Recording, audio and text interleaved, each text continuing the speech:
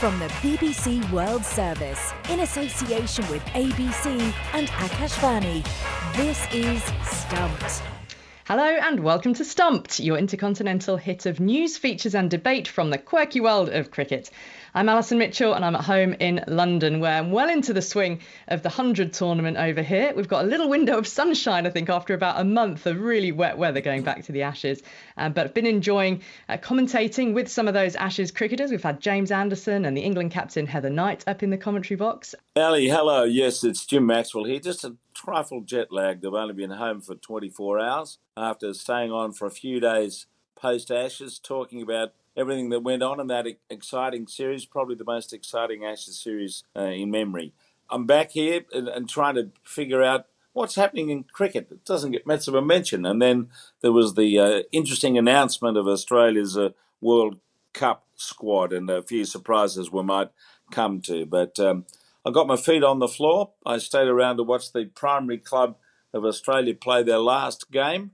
Unfortunately, it rained. It didn't get on. That surprises me. So here we are, sort of back in the Aussie winter, the fag end of it anyway, and looking forward to having a chat to you from my comfortable seat here at home. Yeah, well, strange to hear about the rain everywhere else, because in India we're right in the middle of the monsoon, so it's rained just about anywhere in the country. But I'm back in Bangalore. Hello, I'm Charu Sharma for Akashvani. I'd gone up to Delhi for a board meeting, then off to Lucknow for a Sharma family reunion. But I'm glad to be back home for just a short while before I start traveling elsewhere. And of course, our own state league, the Maharaja Trophy as it's called now, the former Karnataka League, is about to start this weekend. So I'm getting ready to do a few of those days. Commentary for that before I leave. It's just running all the time. We're on the treadmill. We're going to start with India have kept their T20 international series alive against the West Indies men. That's after winning the third match by 7 wickets in Guyana. The Windies still lead the series 2-1 as it now moves to Florida. And the West Indies are aiming for their first T20 international series win over India since 2016.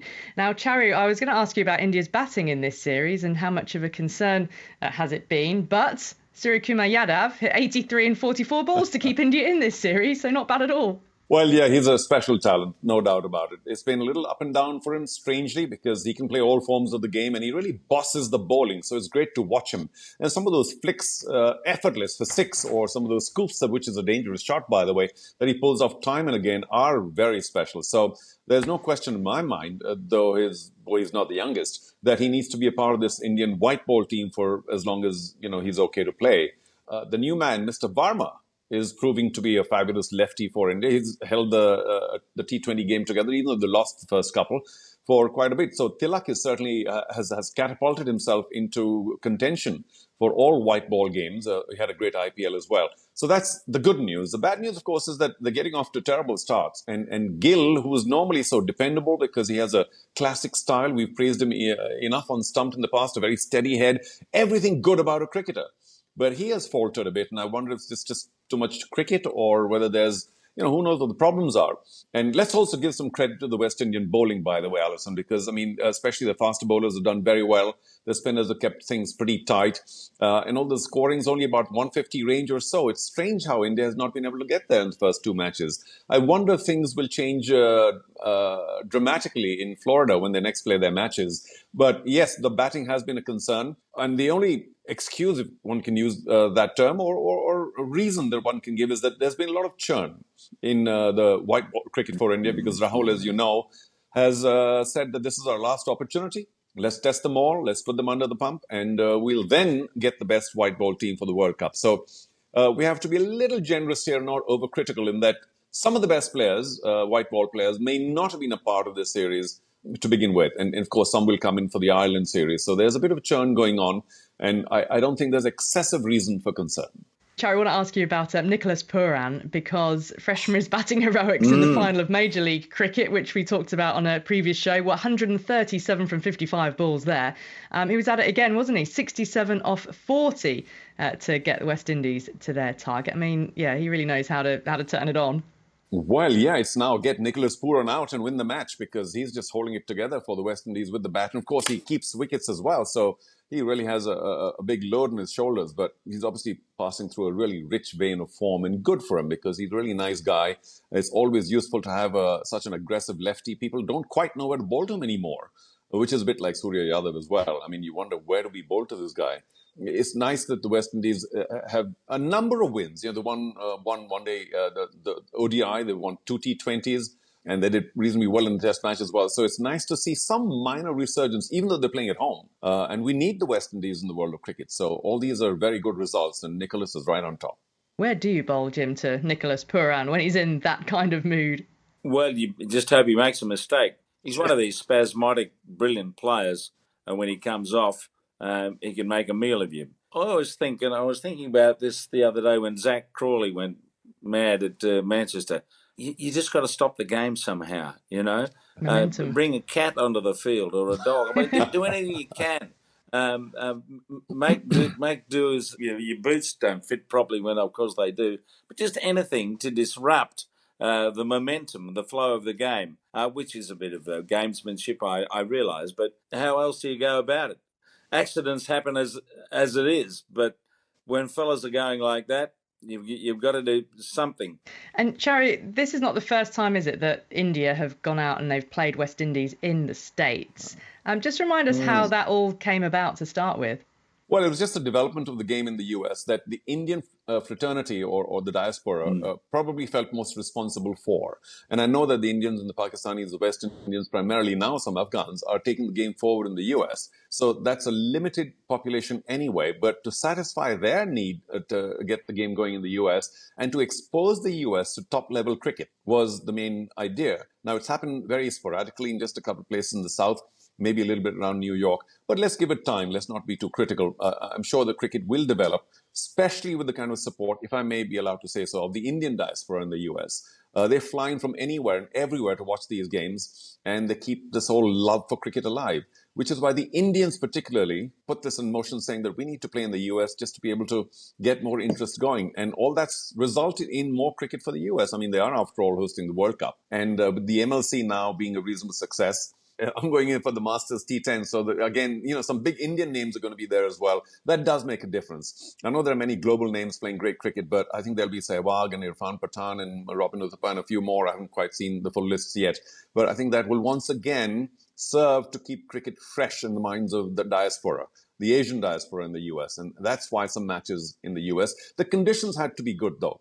And this ground in Lauderhill, it's a cricket-specific ground, which is Florida. what America really needs. With the Men's Cricket World Cup being, only 2 months away, less than now, which is taking place in India, of course, the world's best players will descend on the country. Now, Australia have already named their initial squad of 18. They're the 5-time champions in this format. And some of the picks and omissions have raised some questions. So, Jim, let's start with you. And Marnus Labuschagne's name was a notable one missing from the squad list. Were you expecting that? I was a bit surprised. It seems as though he's been sort of harshly judged, perhaps, on what's occurred during the Ashes series, where he didn't play his best cricket other than at Manchester with that excellent second innings 100, which forestalled England before the rain came in. His critics would say that he became a bit self-consumed as the series went and forgot about the need to actually keep the game moving. I think it's an indication that they need to be positive, at least in the way they're playing. And perhaps Labuschagne doesn't quite fit the bill at the moment in the shorter form of the game. Charu, for anybody planning on attending matches at the World Cup, either coming locally or planning to fly out there, well, they could be frantically changing accommodation and flights at the moment, couldn't they? Because what have we had? 9 matches, including India against Pakistan, having dates or start times changed in a new schedule that was released this week, and tickets are due to go online on sale on the 25th of August. So that's one side of it. But importantly, I emphasised India v Pakistan because there was some uncertainty as to whether Pakistan would send a team to India. But that is excellent news for fans and TV networks that fixture is locked in now. Oh, without question. That's the big blockbuster. And of course, if both teams make it to the knockout, then that thing will continue, that appeal. But yeah, Ahmedabad is all sewn up. I mean, you can't get a room for love or money at this point of time. There's some fantastic stories about hotel prices being, shot through the roof. Now, of course, you'll probably have to book maybe 2 nights because whoever's booked for the 15th will probably have to book for the 14th as well. I don't know what kind of cancellations. If you have a home in Ahmedabad, now's the time to put it out for accommodation. But yeah, it's going to be a massive match. And of course, that stadium itself, I mean, the kind of atmosphere that is generated when there are 110,000 or more, and I'm sure there'll be as many outside the stadium as well. It's going to light up the World Cup without question. And can you imagine the pressure on the players with all the noise and everything else? It has thrown a few things out of gear. And also the ticket sales are only beginning, say, I think mid-August or a little later. So, 25th. I mean, when do you get your hands on a ticket? It's kind of all a little too much for those who want to travel and or even from India to get a ticket. If you get one, Alison, get in touch with me. Well, getting visas takes a while, doesn't it? Well, true. From the BBC World Service, this is Stumped on ABC and Akashvani. Now, next on Stumped, major sporting brands are being questioned more than ever before about what they're doing to cater for the needs of the female athletes, from clothing to shoes to kit and helmets. Now, this week, during the knockout stages of the Women's Football World Cup, members of Parliament in England have been discussing the role of football boots amid concerns about the growing number of knee injuries in the sport and what role kit plays. So what's it like in cricket? Well, there's been no specific footwear designed for female players until now. And four-time Ashes winner Lydia Greenway has played a major part in designing the first shoes for women cricketers here in the UK, and they are due to launch in January. Lydia, who's a coach and broadcaster, joins us now. Hello, Lids. Great to have you on. How did this opportunity first come about? I mean, what has it involved for you? And tell us about the design. Yeah, it's obviously a big talking point at the moment across the board, not just with equipment, but I think the way that the women and girls game is catered for, and specifically when it comes to footwear, there's just never been anything that has been specific for females. I think might have been a brand over in Australia who have tried to do something. They might still be going, I'm not too sure, but in the UK there's never been anything. I think when you look at it, it doesn't often cross our minds as to whether the female foot is different to the men's foot. You might just think, oh, it's, you know, the men's foot is just a bit bigger than the women's foot. But when you delve deeper into it, there's a few key differences. So one of them is the forefoot, which is sort of, I guess, the knuckles of the feet. So that where the end of the toes are, that's wider than what you would think it would be. And then the heel is much narrower than a male's foot as well. And then when it comes to the arch is higher as well. So there's lots of differences.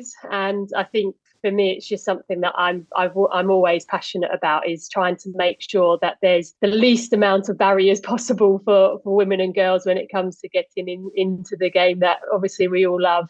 Lydia, hi, this is Charu Sharma from Bangalore. Congratulations on all the pioneering work you're doing in making sure that women are better attended to in cricket. Congratulations also on the Mumbai Indians WPL assignment and for the win as well. I mean, must be a fabulous season for you, crazy memories.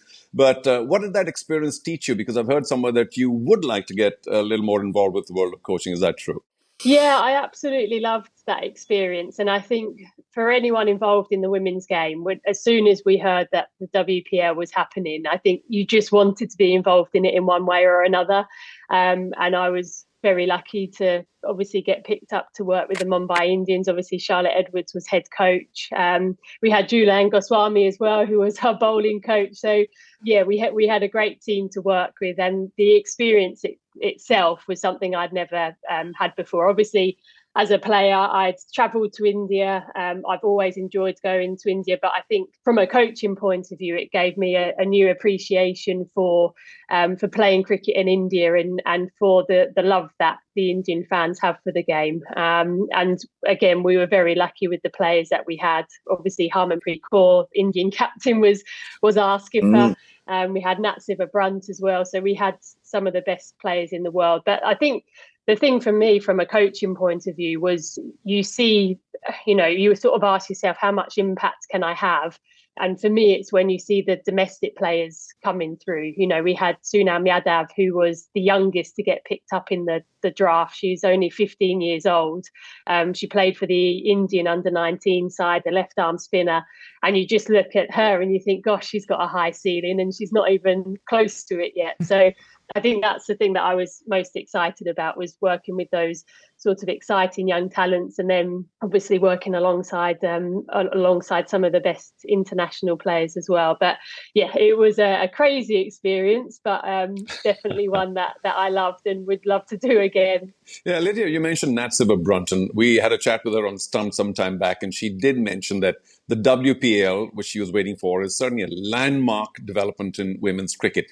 Do you think there's much more commercial interest, or are the possibilities now increasing? Can it become something that a lot of women around the world now can pay attention to because of the possibilities commercially? Yeah, I think so. I think with regards to the WPL, I think there's been talk of potentially increasing the number of teams, which I think is a good ambition to have. But I think my personal opinion is I think it probably needs to consolidate and really make sure that the quality of cricket is as good as it can be. I think when you start creating more teams and perhaps a longer schedule, that's when, we've seen in the men's game, sometimes you then don't attract the best players in the world. Although obviously with the WPL, I think that will always attract the best players. But I think further afield and around the world, obviously we've seen in the men's game over in America where there's been the introduction of some of the franchise leagues. And I think for the women's game, there's no reason why they can't do it. I suppose we just don't want to have some of the same challenges that the men have when the best players are being pulled pillar to post all around the world and suddenly international cricket takes a back seat. I think my personal opinion is that would be a shame if we got to that situation. Luckily, we don't have as much test cricket as the men do, so it's much easier for the women to manage at the moment. I can only see the women's game growing from here, and as to how that will be, we can sort of have our own thoughts and opinions, but I guess it's watch this space. Lydia, it's great to have you on and to hear about your plans. Good luck with the boot design. Thank you. Thanks, guys. Well, that's all we've got time for on this week's Stumped here on Akashvani. Don't forget you can follow us on Twitter. We're at BBCWS Sport and use the hashtag BBC Stumped. And check us out on YouTube as well. Go to the BBC World Service's YouTube channel and find us there. My thanks to Charu Sharma and Jim Maxwell, and to all of you. Speak to you soon. Bye-bye. Stumped is a BBC Sport production for the BBC World Service in association with ABC and Akashvani.